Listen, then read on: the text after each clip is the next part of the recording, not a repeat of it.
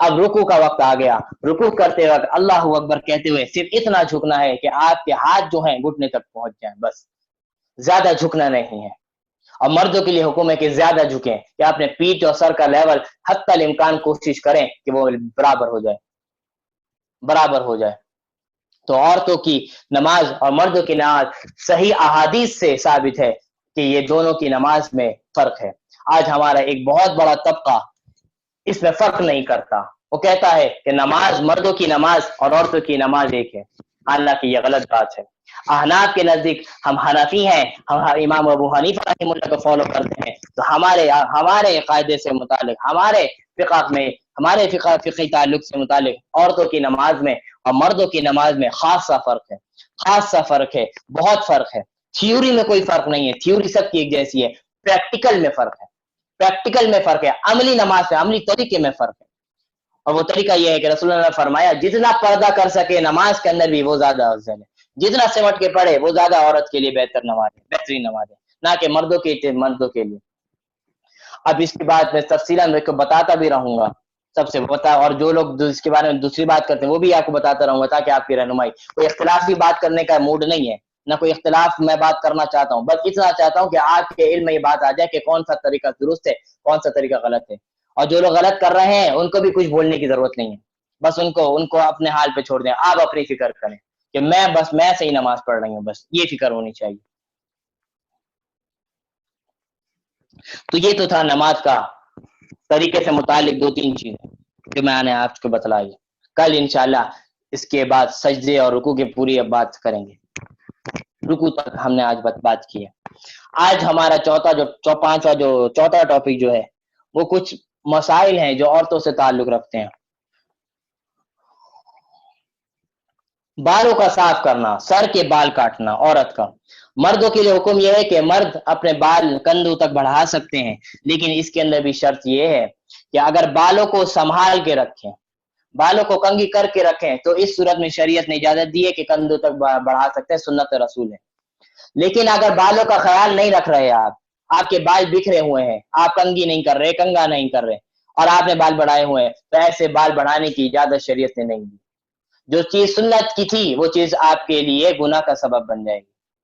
تو مرد حضرات ہمارے بال بڑھا لیتے ہیں، پھر بالوں کی فکر نہیں کرتے، تو ایسے بال بڑھانے کی اجازت قطعاً نہیں ہے۔ اگر بالوں کو سنبھال کر رکھنے کی اجازت، سنبھال کے رکھ رہے ہیں، تمیز کے دائرے میں بال رکھ رہے ہیں اور اس کے بعد بال بڑھا رہے ہیں، تو اس کا اجر آپ کو مل جائے گا، آپ کو شریعت نے اجازت دی ہے، وہ بھی کندھوں تک، کندھوں سے نیچے رکھنے کی اجازت نہیں ہے بالوں کو۔ آج ہمارے مرد حضرات، آج ہم کیا بولوں میں، آج بالکل اگینسٹ چل رہے ہیں، بالکل اگینسٹ اسلام کی، بالکل اگینسٹ۔ میں کیسے بتاؤں آپ کو؟ رسول اللہ نے فرمایا، اسلام کہتا ہے مرد اپنے ٹخنے کو چھپائے نہیں کھولے، آج مردوں نے ٹخنے چھپانے شروع کر دیے۔ اسلام کہتا ہے عورتیں اپنے ٹخنوں کو چھپائیں، آج ہماری عورتوں نے نئے فیشن کے اوپر کیپری آ گیا، پتہ نہیں کیا کیا چیزیں آ گئی ہیں اسلام کے اوپر، اور اپنے ٹخنوں کھول رہی ہیں۔ مردوں کو حکم ہوا کہ بال چھوٹے رکھے، اور عورتوں کو حکم ملا بال بڑھائے، آج کیا کر رہی ہے عورتیں؟ بال کٹوا رہی ہیں، مرد بال بڑھا رہے ہیں۔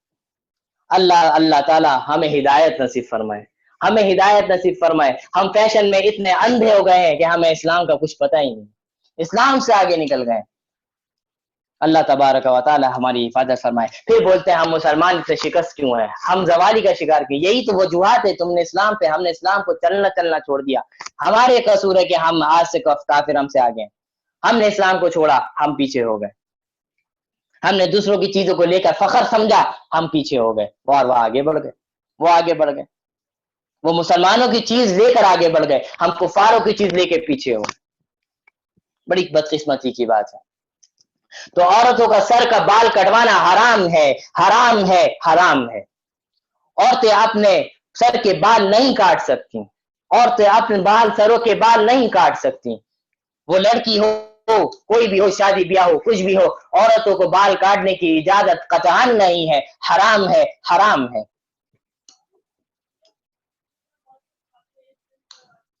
لیکن مسئلہ یہ ہے، اگر فیشن کے طور پر کوئی بال کٹوائے جا رہا ہے، کوئی لیئر کٹنگ ہو، کوئی ایسے بیبی کٹ ہو جو آج کل مشہور ہے، اس بال کاٹنے کی اجازت شریعت نے نہیں دی. شوہر بھی اگر کہے تب بھی اجازت نہیں ہے. شوہر بھی اگر کہے تب بھی اجازت نہیں ہے. لیکن اگر آپ کوئی بال علاج کی وجہ سے کہا ہے کہ بہت سے لوگ کہتے ہیں کہ جب بال کسی کے بڑے نہیں ہو رہے ہو، نیچے سے اگر اس کو تراش لیا جائے، نیچے سے اس کے اگر 1-2 انچ کاٹ لیا جائے تو بال تیزی سے بڑھتے ہیں. تو اس صورت میں شریعت نے اجازت دی ہے کہ بال کاٹے جا سکتے ہیں. بال کاٹے جا سکتے ہیں. اسی طرح بال بہت بکھرے ہوئے ہیں، عجیب سے ہو گئے ہیں بال، اگر آپ اس کو سیٹ نہیں کریں گے تو بالکل عجیب لگ رہے ہیں، تو اس صورت میں بھی اتنا سیٹ کر لینا کہ بال آپ کے صحیح ہو جائیں، اتنا سیٹ کرنے کی اجازت دی ہے شریعت نے. اس کے علاوہ بطور فیشن شریعت نے اجازت نہیں بال کاٹنے کی. شریعت نے اجازت نہیں دی بال کاٹنے کی عورتوں کو.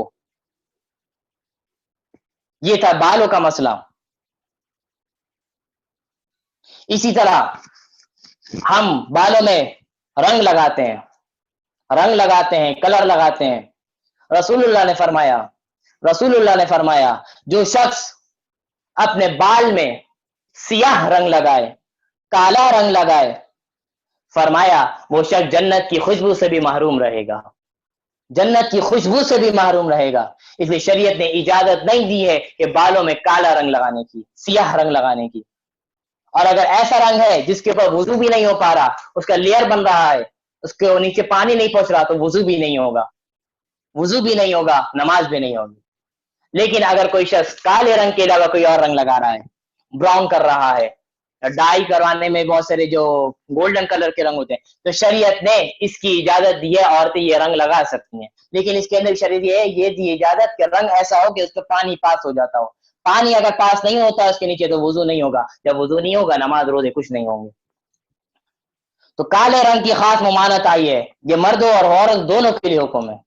وہ مرد داڑھی کے بال ہوں یا سر کے بال ہوں، عورتوں کے سر کے بال ہوں، اس صورت میں کالے رنگ کی اجازت شریعت نے نہیں دی ہے. کالے رنگ کی اجازت شریعت نے نہیں دی ہے. اس کے علاوہ دوسرے رنگ لگا سکتے ہیں، وہ بھی کسی غیر محرم کو دکھانے کے لیے نہیں، بلکہ اپنے رشتہ داروں، اپنے محرم کے لیے. عورتوں کو رسول اللہ صلی اللہ علیہ وسلم نے سجنے کا حکم دیا کہ آپ نے سج کر رہے. یہ بھی بتلا دیا کہ سجنا کس کے لیے ہے. سجنا اپنے شوہر کے لیے ہے، سجنا اپنے محرم رشتہ دار کے لیے ہے، سجنا اپنے محرم خواتین کے لیے. غیر محرم کے لیے سجوگی تو قیامت کے دن پکڑی جاؤ گی. آج خواتین شوہر کے سامنے تو انتہائی گندی حالت میں رہتی ہیں، اور دوسروں کے سامنے ایسے بن کے رہتی ہیں کہ ماشاءاللہ آج ہی شادی ہوئی ہے ان کی. آج بالکل اسلام کے اگینسٹ جا رہے ہیں. تو اپنے شوہر کے لیے سجنے کا حکم دیا، اپنے محرم رشتہ دار اور اپنے خواتین کے لیے سجنے کا حکم دیا کہ عورت کو چاہیے کہ اپنے آپ کو سجائے. لیکن اس سجنے کے بھی قاعدے قانون بتلا دیے، لمٹس بتا دیے کہ یہ کام کر سکتی ہو، اس کے علاوہ اس سے آگے نہیں بڑھ سکتی. تو اس میں پہلا قانون کہ بطور فیشن بال نہیں کٹوا سکتی. بطور علاج اور بال سمیٹنے کے لیے، صحیح کرنے کے لیے تو اجازت ہے بال کاٹنے کی، اس کے علاوہ بال کاٹنے کی اجازت نہیں ہے. اسی طرح کالا رنگ لگانے کی اجازت نہیں ہے، نہ مردوں کو نہ عورتوں کو. مفتیان کرام، ہمارے علماء کرام نے اس میں صرف اتنی اجازت دی ہے کہ اگر 40 اور 30 سال سے قبل بال اگر سفید ہو جائیں، کیونکہ اس سے پہلے بال سفید ہوتے نہیں ہیں، اس کے بعد ہی بال سفید ہو جاتے ہیں. لیکن اگر کسی بیماری کی وجہ سے یا کسی وجہ سے اس سے پہلے اگر بال سفید ہو جائیں تو اس صورت میں گنجائش ملتی ہے. بہتر تو یہ ہے کہ اس وقت بھی نہیں لگائیں، لیکن گنجائش مل جاتی ہے اگر کالا رنگ لگا سکتے ہیں، کیونکہ آپ کا جو بال سفید ہوا ہے وہ وقت سے پہلے ہوگی. اب تو اجازت ہے. لیکن جب آپ کی عمر 30 اور 40 سال کی ہو گئی تو اب آپ کو سفید رنگ لگانے، کالا رنگ لگانے کی اجازت نہیں ہے. آپ کوئی دوسرا رنگ لگا سکتے ہیں، براؤن لگا سکتے ہیں. اور رنگ کے اندر بھی یہ ہونا چاہیے کہ ایسا رنگ ہو جس کے نیچے پانی پاس ہو جاتا ہو. اگر پانی پاس نہیں ہوگا تو آپ کا وضو نہیں ہوگا تو عبادات نہیں ہوں گی. تو یہ تو تھا بالوں سے متعلق، سر کے بالوں سے متعلق رنگ لگانا اور وہ باقی چیز. اب بالوں کے بہت سارے زائد بال ہوتے ہیں جسم کے، جیسے زیر ناف بال ہو گئے، بغل کے بال ہو گئے. تو ان بالوں کا کاٹنے کا حکم، یہ شریعت نے ان بالوں کو کاٹنے کا حکم دیا کہ بالوں کو صاف کیا جائے. شریعت نے اس کی لمٹ بتائی ہے کہ 40 دن کے اندر اندر ان بالوں کو صاف کر لیا جائے. 40 دن کے اندر اندر 40 دن اگر تک یہ بال چھوڑ دیے اور آپ نے صاف نہیں کیے تو نماز آپ کی مکروہ ہونا شروع ہو جائے گی. نماز آپ کی مکروہ ہونا شروع ہو جائے گی. مکروہ کا مطلب یہ ہے کہ آپ کی نماز کا ثواب کم ہوتا رہے گا. سنت اور بہتر طریقہ تو یہ ہے کہ ہر ہفتے صاف کیے جائیں. اگر ہر ہفتے نہیں ہو رہے تو کم از کم 40 دن سے پہلے تو صاف کرنا ہمیں لازمی ہے، ضروری ہے. اس کے علاوہ اور بھی بہت سے بال ہوتے ہیں جو ہاتھ پاؤں میں ہوتے ہیں. مرد حکم ہے کہ صرف 3 بال کٹوائے. مردوں کے لیے حکم دیا کہ 3 بال کٹوا سکتے، 3 کاٹیں گے. ایک سر کے بال کٹوا سکتے ہیں اور ایک زیر ناف اور ایک بغل کے بال، یہ بات کاٹنے کی اجازت ہے مردوں کو. باقی ہاتھ پاؤں کے بال کاٹنے کی یا سینے کے بال کاٹنے کی مردوں کو پسند نہیں فرمایا. مردوں کو اجازت نہیں کہ بال، اگر کوئی مجبوری ہو جائے تو کاٹے جا سکتے ہیں، ورنہ یہ مردانگی کے خلاف ہے کہ وہ مرد اپنے پاؤں کے بال صاف کرے یا ہاتھوں کے بال صاف کرے. لیکن عورت کو اجازت دی ہے کہ وہ اس کے علاوہ ہاتھ اور پاؤں کے بال بھی صاف کر سکتی ہے. یا اس کے علاوہ جو ہماری خواتین اپر لپس بناتی ہیں، یہ بال کاٹنے کی بھی اجازت ہے، لیکن اس صورت میں کہ آپ کے، ابھی بتاؤں گا کون سی صورت، کس صورت میں اجازت ہے.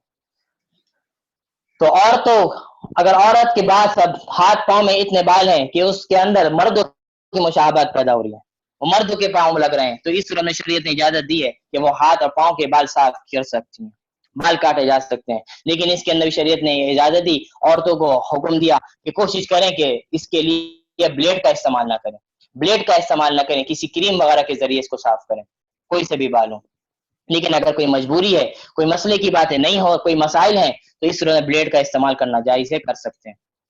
بلیڈ کا استعمال پھر بھی جائز ہے، مجبوری نہ بھی ہو پھر بھی کر سکتے ہیں، لیکن بہتر یہ کہ اس کا استعمال نہ کیے. اور مردوں کو حکم ہے کہ وہ بلیڈ کا استعمال کریں، بلیڈ استعمال کریں.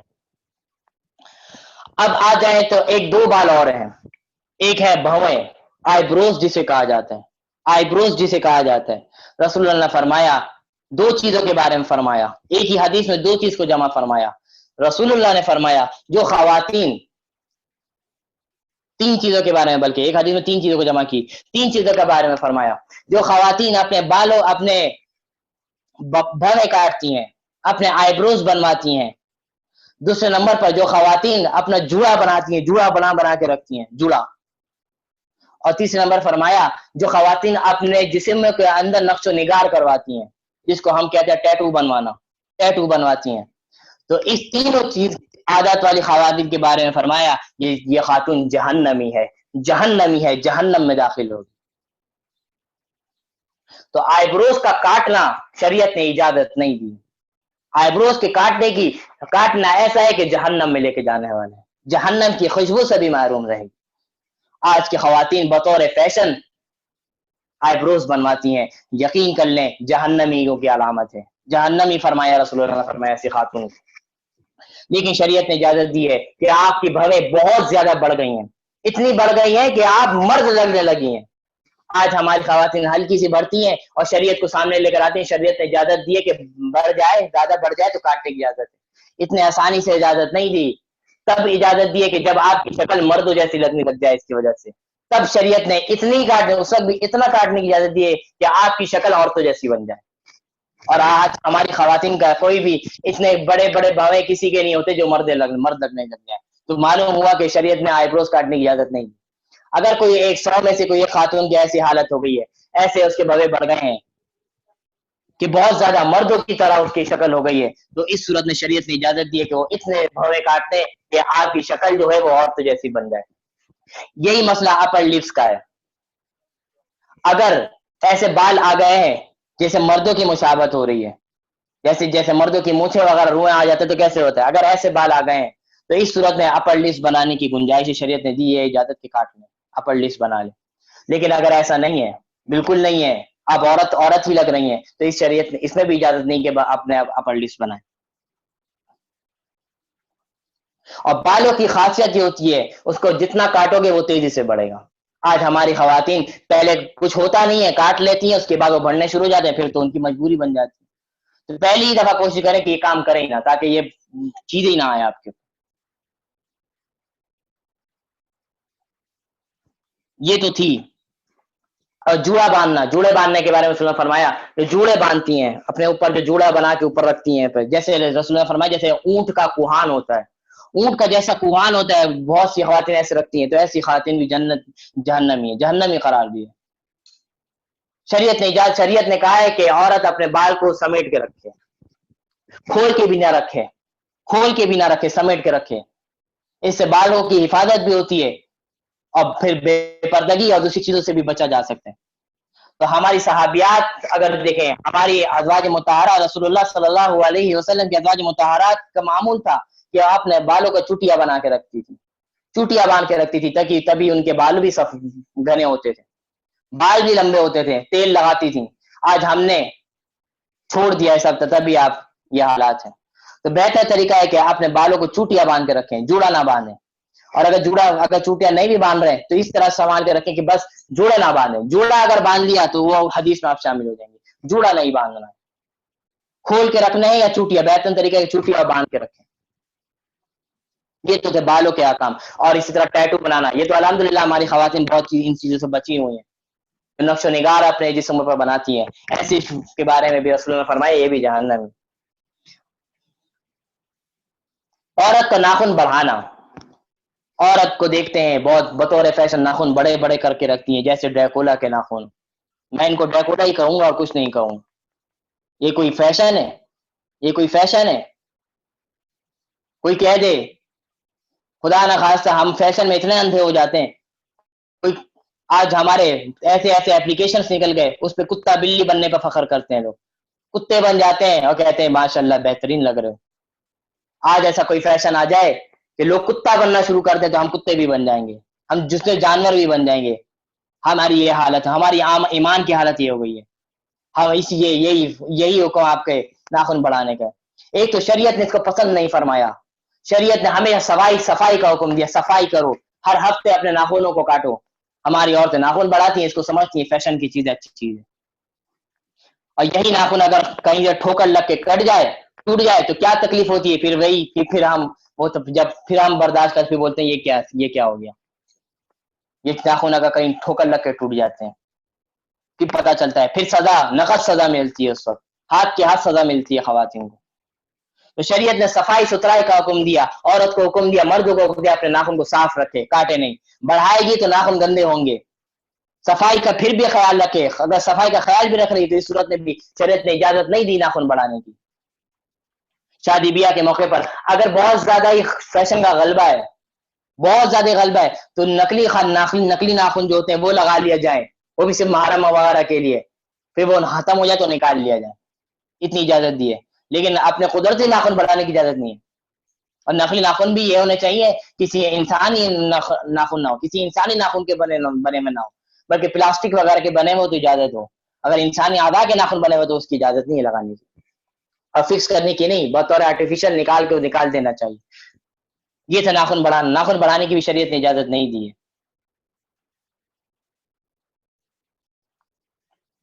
آج کی جو تیسری چیز تھی نیل پالش لگانا. نیل پالش بھی لگایا جا سکتا ہے، خواتین نیل پالش لگا سکتی ہیں، لیکن بات وہی ہے غیر محرم کے لیے نہ ہو. ابھی میں ایک حدیث سناؤں. حدیث میں رسول اللہ نے فرمایا کوئی عورت خوشبو لگاتی ہے اس لیے کہ دوسرے غیر محرم افراد مجھے سونگے، میری خوشبو سے اٹریکٹ ہوں دوسرے مرد غیر محرم. فرمایا رسول اللہ نے فرمایا ایسی عورت زانیہ ہے، ایسی عورت بدکارہ ہے. تو شریعت نے عورت کو سجنے کا حکم دیا اپنے شوہر کے لیے، اپنے محرم کے لیے اور اپنے دوسری خواتین کے لیے. غیر محرم کے لیے سجنے کی اجازت نہیں ہے. اس کے لیے پردے کا حکم ہے. جتنا پردہ کرے اتنا افضل ترین.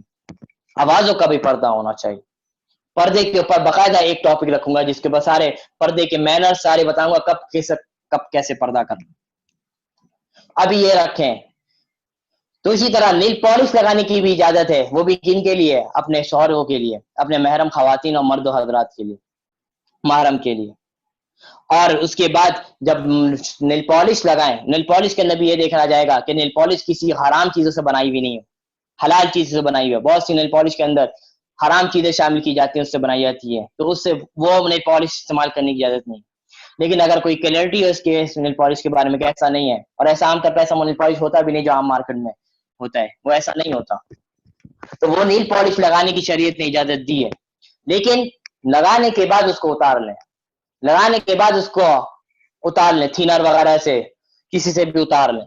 کیونکہ نیل پالش کی خاصیت ہے کہ اس کے نیچے پانی پاس نہیں ہوتا، پانی پاس نہیں ہوتا. اور وضو کے اندر ناخنوں کے اندر ناخن تک پانی پہنچانا ضروری ہے. ناخن کو پانی تک پہنچانا ضروری ہے. جب نیل پالش لگی ہوگی تو ہمارے ناخن نہیں ہوں گے, ناخن گیلے نہیں ہوں گے. جب ناخن گیلے نہیں ہوں گے تو وضو نہیں ہوگا, وضو نہیں ہوگا تو عبادات نہیں ہوگی. تو نیل پالش کے لیے حکم ہے کہ مخصوص وقت کے لیے لگا لیا جائے, پھر نماز کا وقت ہو تو اس کو ہٹا کے نماز پڑھیں, وضو کر کے نماز پڑھیں. یہی مسئلہ مہندی کا ہے. مہندی کی تو رسول اللہ نے فرمایا اب عورتیں مہندی لگایا کریں.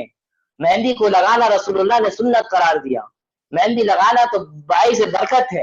عورتوں کو حکم دیا کہ مہندی لگائیں. مہندی لگانا تو باعث برکت ہے, فضیلت ہے اس کی. مہندی لگانا تو اچھی بات ہے. مہندی لگے ہوئے ہاتھ رسول نے فرمایا اچھے لگتے ہیں, اچھے لگتے ہیں. رسول اللہ صلی اللہ علیہ وسلم بھی اسی دنیا میں تھے. رسول اللہ صلی اللہ علیہ وسلم نے بھی شادیاں کی ہیں, ہمارے جیسے انسان تھے, انہوں نے بتایا کہ مہندی لگے ہوئے ہاتھ اچھے لگتے ہیں. تو عورتوں کو حکم دیا کہ مہندی لگائے, مہندی لگائے. اور مہندی کے اندر بھی خیال یہ ہو کہ ایسی مہندی ہو جس کا لیئر نہ ہو.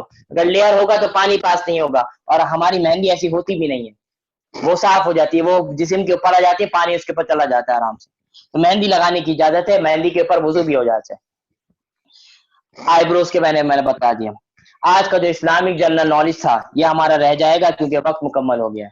تو آج بہت امپورٹنٹ چیزیں تھیں, مسائل تھے جو خاص طور پر عورتوں کے سر کے بالوں اور یہ ساری چیزوں کے بارے میں. اگر اس میں بھی کوئی چیز اگر کچھ رہ گئی ہو, کچھ پوچھنا ہو تو آپ خواتین پوچھا جا سکتا ہے, پوچھ سکتی ہیں. لیکن میں نے کوشش کی ہے کہ ساری چیزیں بتا دوں, اور الحمدللہ میں نے ساری چیزیں بتلا بھی دی ہیں. کوئی چیز سمجھ میں نہ آئے تو پوچھا جا سکتا ہے.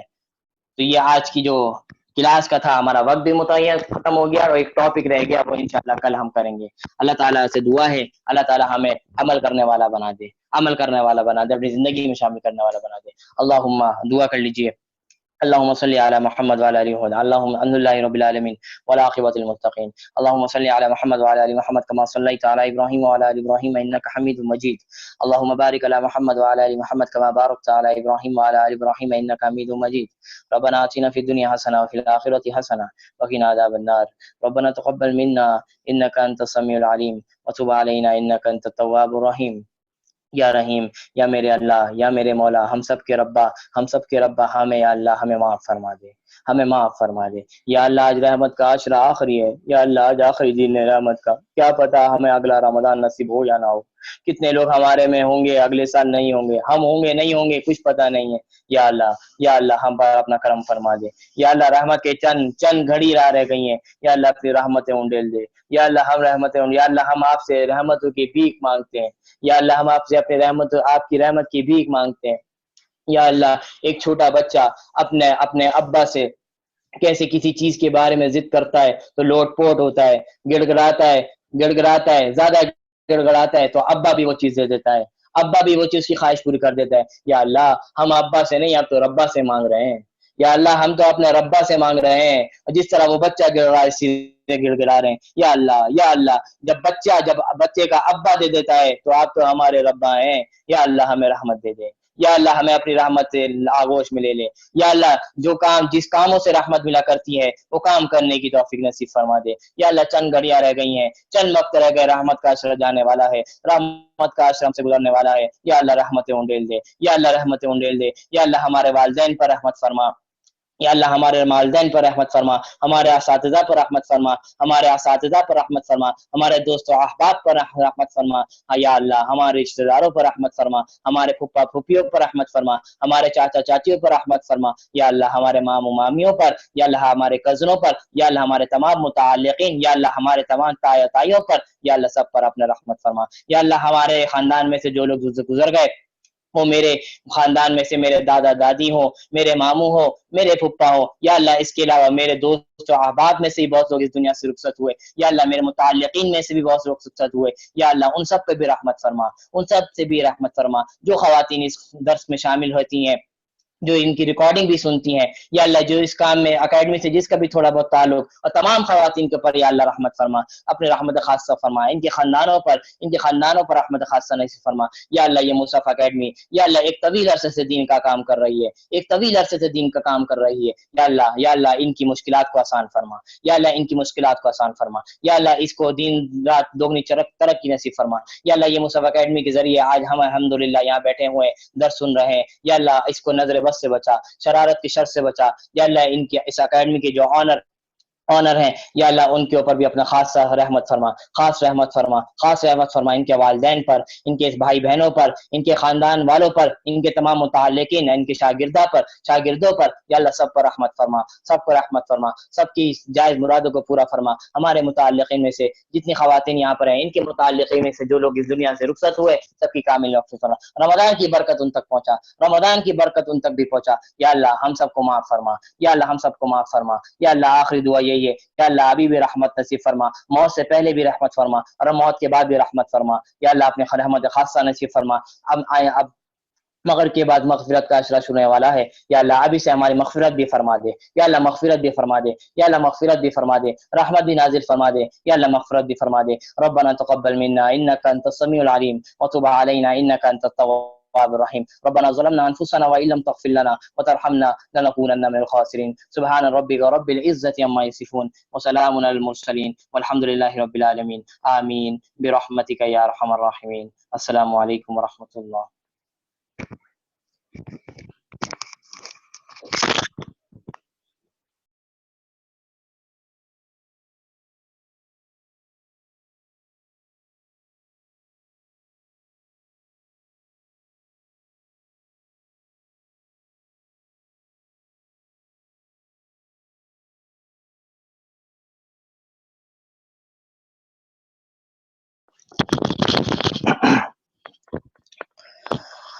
السلام علیکم ورحمۃ اللہ وبرکاتہ۔ ان الحمد للہ نحمده ونسلم علی رسوله الکریم